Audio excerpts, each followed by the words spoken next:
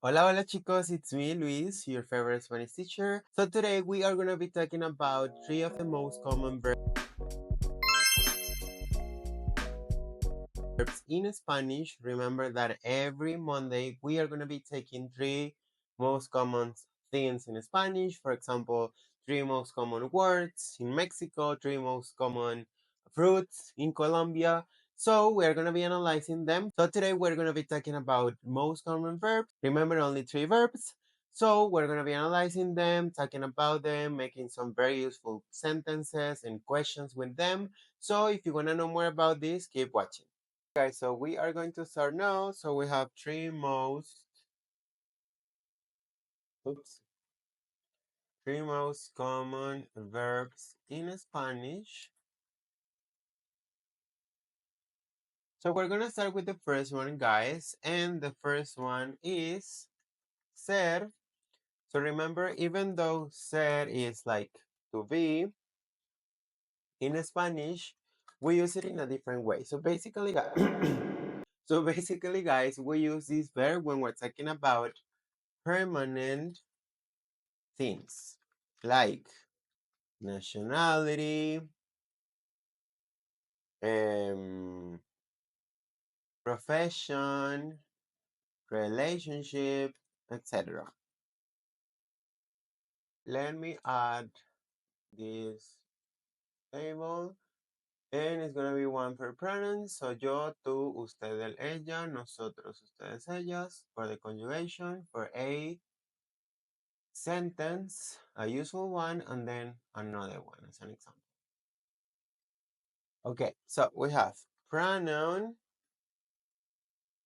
we have conjugation, we have useful sentence, oops, okay, and example number 2. Okay, so we have yo. Remember, yo, guys, is I. The next one is gonna be tú. Remember, guys, that tú is you informal. And now, guys, remember that we have usted, which is basically you formal, and we use it only when we're talking about like this kind of very formal context, when we want to talk about, I don't know, maybe I don't know, maybe if I'm talking with my granny to show respect to her. And we have él and we have ella, keeping in mind that él, ella is he and she. Okay, so now we have nosotros or nosotras, which is we. Remember, guys, in Spanish we have masculine and feminine. So nosotros is gonna be a group of guys like we, y nosotras is gonna be a group of girls. And the next one is gonna be ustedes. Remember, ustedes is you guys. Remember, guys, that I focus on Spanish from Latin America, so we're not gonna be covering vosotros, but remember that vosotros is used only in Spain. We don't use vosotros in Latin America at all. And keep in mind that ustedes in Spain can be like too formal, like too polite, but here in Latin America, we can use it in formal or informal context. So we also have ellos or ellas, and it's the same. Ellos, they masculine, y ellas, they feminine. So now we are gonna conjugate, guys. So it will be yo soy, and the useful sentence is gonna be, por ejemplo, yo soy plus your name. Yo soy Luis in my case. O, por ejemplo, let's do yo soy, let's focus on a profession. Ingeniero. I am an engineer. Let's do the next one. So it's gonna be eres, por ejemplo, tú eres taxista. You are a driver or taxi driver. A taxi driver. Let me make this a little bit smaller. Let's see if it works. Yeah. And another example can be tú eres, let's focus on nationality. Tú eres estadounidense. estadounidense. Remember that in Latin America, guys, or well, I'll say in Spanish, it's gonna be I am American, but we said it like this because in Latin America, the perception that we have about America is more a continent than a country. So if you say yo soy americano, some people can think like, oh, but I am American too because we live in the same continent, even if I am from the south. So it's better to say tú eres estadounidense and we can play with it. Yo soy estadounidense. The next one is es.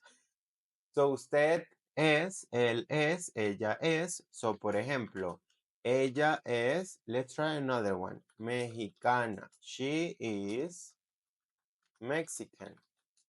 Or, por ejemplo, él es colombiano. Usually, guys, like when we're talking about nationalities, it's gonna be ano or ana ending, like venezolano, colombiano, peruano.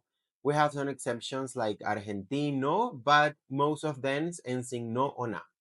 So it will be he is Colombian. Okay, so ahora tenemos nosotros. We are, I mean, okay, so now we have nosotros, so we have nosotros somos. So, for example, nosotros somos amigos. We are friends. O another one. Nosotros somos esposos. If I'm not wrong, guys, this is gonna be we are spouses. Like this. Like husband and wife, or husband and husband, or wife and wife. Nosotros somos esposos. So now we have the last one, guys, and it is ustedes. Ustedes son, ellos son, o ellas son. Por ejemplo, ustedes son, I don't know, let's do abogados, lawyers. Abogados.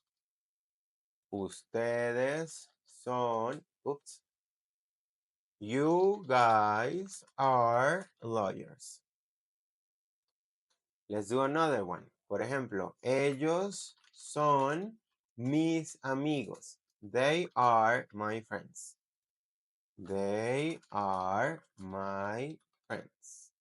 Entonces, tenemos yo soy, tú eres, usted, él, ella es, nosotros, nosotras somos, ustedes, ellos, ellas son.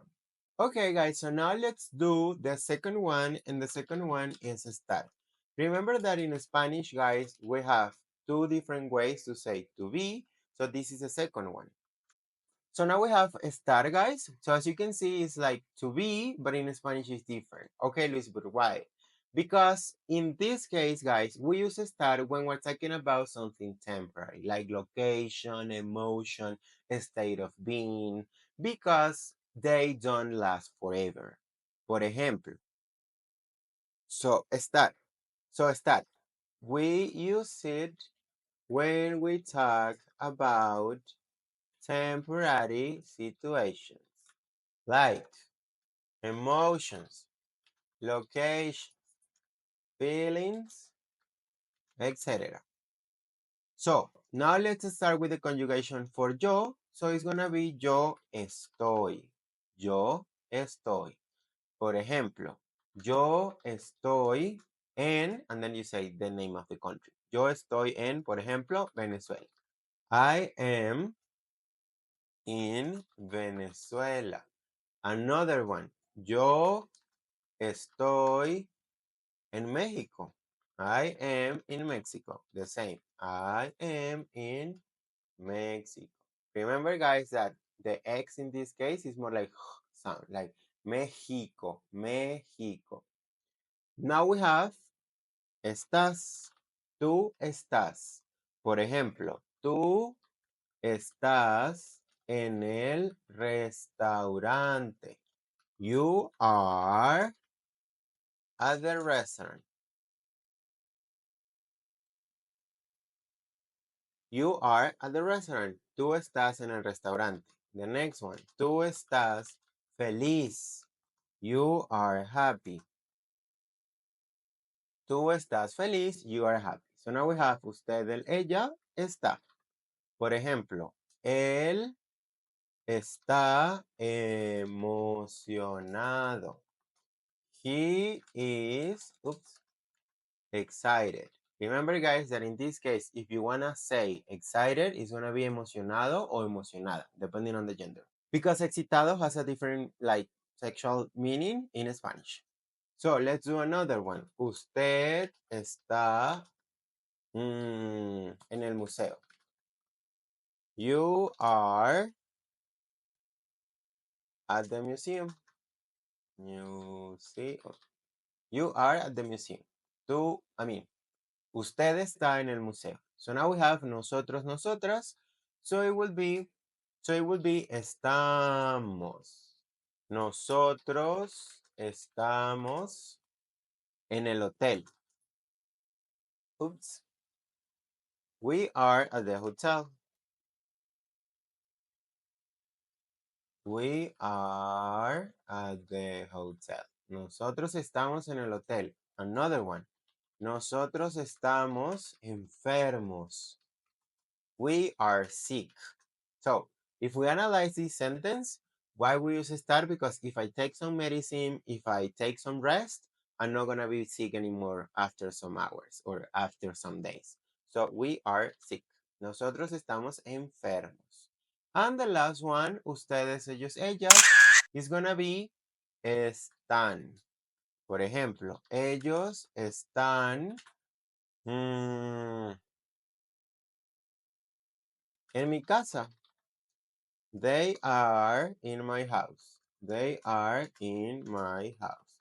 Ellos están en mi casa. O, por ejemplo, ustedes no están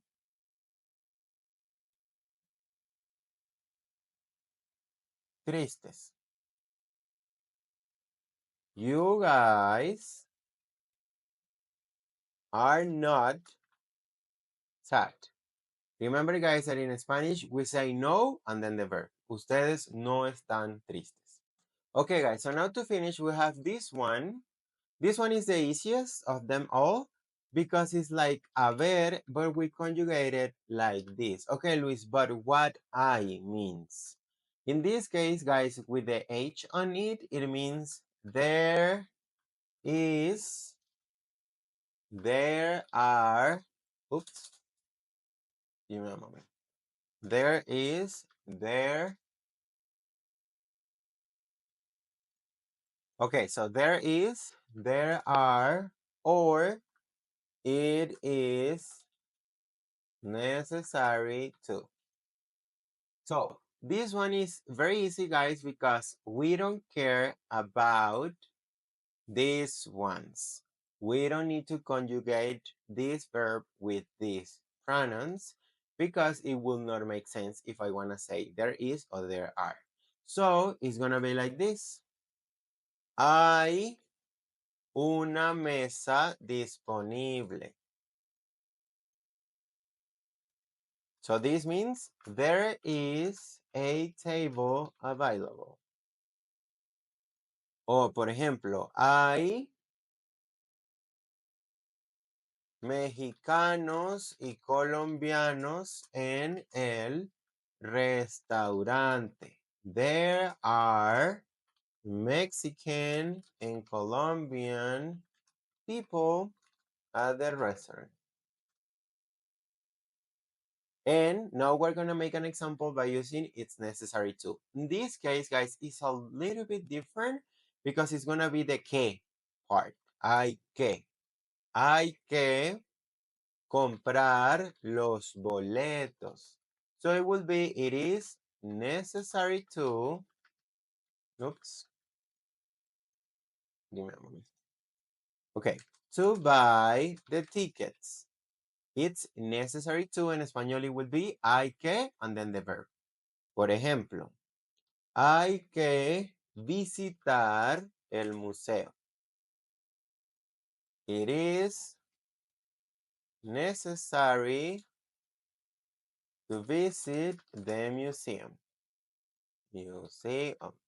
So as you can see, guys, it's all about the que that makes the difference. Because if we have I and nothing else after that, and I mean no que after that, it's gonna be there is or there are. I and that's it. But if I have the que on it, it's gonna be it's necessary to, and then the thing I'm talking about. Okay guys, so this was all for today's video. I hope you have enjoyed this. Remember that I post a video every day. If you want me to analyze any other thing, like, okay, Luis, I want to know what are the most three famous cities in Colombia. Or Luis, I want to know what are the three most famous tacos in Mexico. We can do it. So don't forget to follow, guys. Don't forget to subscribe and share this video. So see you next one. Ciao, ciao.